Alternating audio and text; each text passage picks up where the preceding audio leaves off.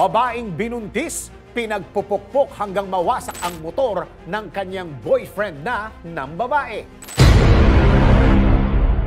Sa mga hindi marunong makontento riyan, ingat-ingat at baka makahanap ka ng katapat mo. Ganyan ang nangyari sa isang lalaki na di umano nagloko habang ang kanyang girlfriend ay nagdadalang tao. Ang paghihiganti ng babae, eto.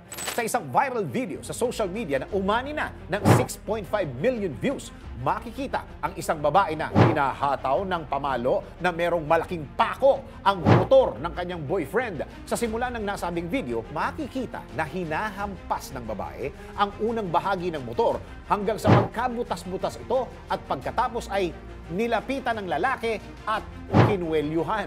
Nang gagalaiti sa galit ang babae dahil matapos siyang buntisin ng kanyang nobyo ay nahuli niya pala ito na merong ibang babae at inangkas pa nito dyan sa motor na yan. Nangatwira naman ang lalaki na hindi naman daw sila kasal ng babae. Dahil sa pag-uudyok ng mga kasama, itinumba ng babae ang motor at winarak naman ang iba pang mga nagmamahalang mga pyesa ng motor katulad ng flarings at headlights na pinagbabasag niya naman. Gayunman, hindi na ipinakita sa video kung ano na ang mga sumunod na pangyayari matapos ang insidente.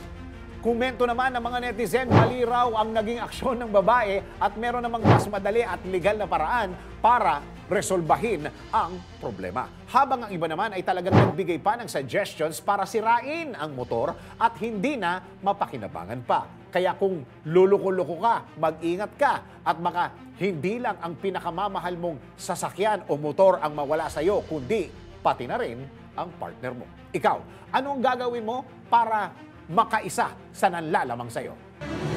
DWIZ Research Report. Report.